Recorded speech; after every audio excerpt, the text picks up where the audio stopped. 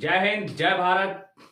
आप सभी के बीच एक आज नया वीडियो, थोड़ा सा मेरा रेगुलर टॉपिक से हट करके, कि इनकम टैक्स में जो डिडक्शन लेते हैं 80CCD1B में जो नया सेक्शन इंप्लीमेंट हुआ था, एक 1/4/2016 को 1/4/2016 से इंप्लीमेंटेड है ये 80CCD1B। ये सेक्शन मुख्य रूप से उस फंड के लिए बनाया गया था कि tax payer new pension system में इन्वेस्ट करते हैं और न्यू पेंशन सिस्टम को बढ़ावा देने के लिए एक्चुअल में इस फंड को इंप्लीमेंट किया गया था, इस सेक्शन को इंप्लीमेंट किया गया था कि लोग डिडक्शन क्लेम करें और एनपीएस में इन्वेस्ट करें।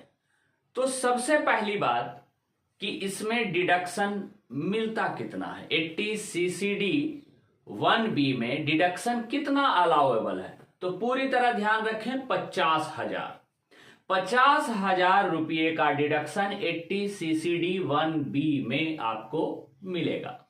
अब बात क्या है कि इसमें जो मीडिया में आया कि अलग से आप पेंशन फंड खरीदेंगे तो मिलेगा, लेकिन ये उनके लिए है जो नॉर्मल सेविंग करते थे और न्यू पेंशन वाले फंड में सेविंग नहीं करते थे। ये उनके लिए बात मीडिया में आई, लेकिन एक्चुअल बात समझने वाली बात है कि वैसे सरकारी कर्मचारी जिनकी नियुक्ति न्यू पेंशन स्कीम वाले यानी 1/1/2004 के बाद हुई है, तो उनका जो 10% डिडक्शन इंप्लाई के तरफ से होता है वो ऑलरेडी न्यू पेंशन सिस्टम में जाता है।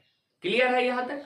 अब आगे इस पे ध्यान रखने वाली बात कि यदि आपका डिडक्शन न्यू पेंशन स्कीम में जा रहा है तो हमारे लिए कोई अलग से सेक्शन नहीं आएगा। यही सेक्शन 80CCD1B में हम 50,000 क्लेम कर सकते हैं।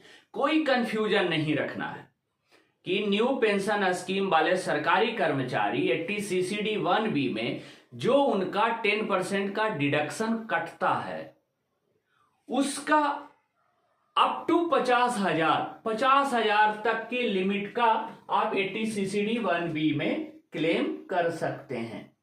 अब बात रहा क्या, कंफ्यूजन क्या हो रहा है सरकारी कर्मचारियों के बीच कि 80CCD1 में हम क्लेम करें या 80CCD1B में क्लेम करें, ये सबसे बड़ी चीज है। तो देखिए 80CCD1 में जो अमाउंट क्लेम कर रहे थे उसी अमाउंट को क्लेम करने के लिए ये सेक्शन आया है। अब इसको क्लेम कैसे करेंगे, हम एक एग्जांपल के थ्रू इसे समझेंगे। सपोज कीजिए कि आपका डीए प्लस बेसिक यानी बेसिक प्लस डीए जो बनता है वो 10 लाख रुपए बनता है। सपोज कीजिए आपकी सैलरी बेसिक प्लस डीए जो बन रहा है वो 10 लाख रुपया बन रहा है। अब आपका साल भर में डिडक्शन कितना होगा, 10 लाख का 10% यानी कि 1 लाख। 1 लाख रुपया आपका डिडक्शन हो जाएगा, यानी कि 10% ऑफ बेसिक प्लस डीए आपका यानी इंप्लाई का। अब इंप्लायर यानी गवर्नमेंट इसमें कितना मिलाएगा, 14%। 1,40,000 जो मिलाएगा 14% ये मिलाएगा आपको गवर्नमेंट।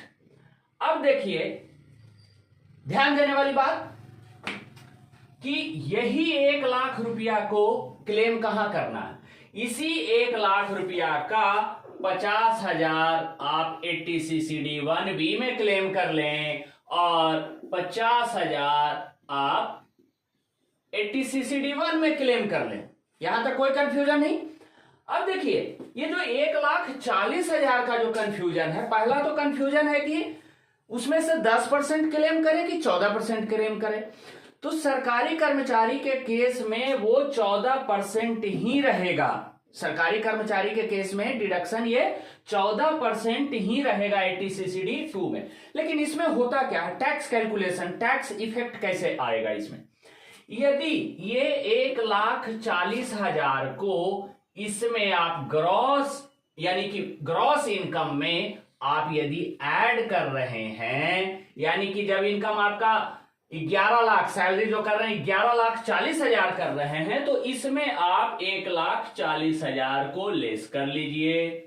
यानी कहने का मतलब कि गवर्नमेंट का जो कंट्रीब्यूशन है 14%, इसको यदि आप ग्रॉस इनकम में ऐड कर रहे हैं तो 80CCD 2 में आप डिडक्ट कर लीजिए। यदि ऊपर में ऐड नहीं कर रहे हैं तो इसमें भी आप डिडक्ट करने की आवश्यकता नहीं है। लेकिन जो प्रॉपर रिटर्न फाइलिंग की बात करें तो ये 14% को आप ग्रॉस इनकम में ऐड कर लें और उसके बाद 80CCD 2 में जाकर के लेस कर लें, ये आपका एक्चुअल रिटर्न फाइलिंग होगा।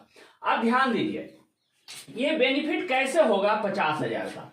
तो कोई लोग सपोज कीजिए कि इसमें उनका 1 लाख रुपया सेविंग है, हम इस केस के लिए बता रहे हैं कि 1 लाख रुपया का सेविंग है और उनका 1 लाख का डिडक्शन इधर है, तो 50,000 आप यहां लीजिए, 50,000 80CCD 1 में लीजिए, 50,000 80CCD 1B में लीजिए। तो ये दोनों मिला करके, यानी 80C और 80CCD 1B मिला करके, ये दोनों मिला करके 1.5 लाख, ये 1.5 लाख आपको क्लेम मिल जाएगा और 80CCD 1B में आपको 50,000 क्लेम मिल जाएगा।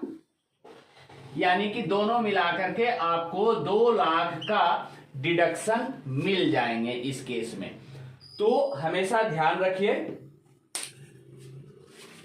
कंफ्यूजन बिल्कुल नहीं रखना है। सिर्फ एक प्रोविजन, एक जो प्रोविजो दिया हुआ है उसको ध्यान से समझ लीजिएगा कि provided that no deduction under this sub section, this sub section कौन, 1B, 80CCD 1B कहता है कि no deduction under this section shall be allowed in respect of the amount on which a deduction has been claimed and allowed under sub section 1। जिस amount को इसमें आपने claim ले लिया है वही अमाउंट यहां नहीं डालना है। सपोज कीजिए आपका 50,000 रुपया ही 10% के रूप में आ रहा है, तो उस 50,000 को या तो यहां लीजिए या तो फिर यहां लीजिए। सेम अमाउंट को दोनों जगह नहीं डालने हैं, ये इसका सिर्फ प्रोविजन है। इसके अलावा कोई कंफ्यूजन नहीं होना चाहिए। तो आप अपनी इनकम में से टैक्स बचा सकते हैं। जय हिंद, जय भारत।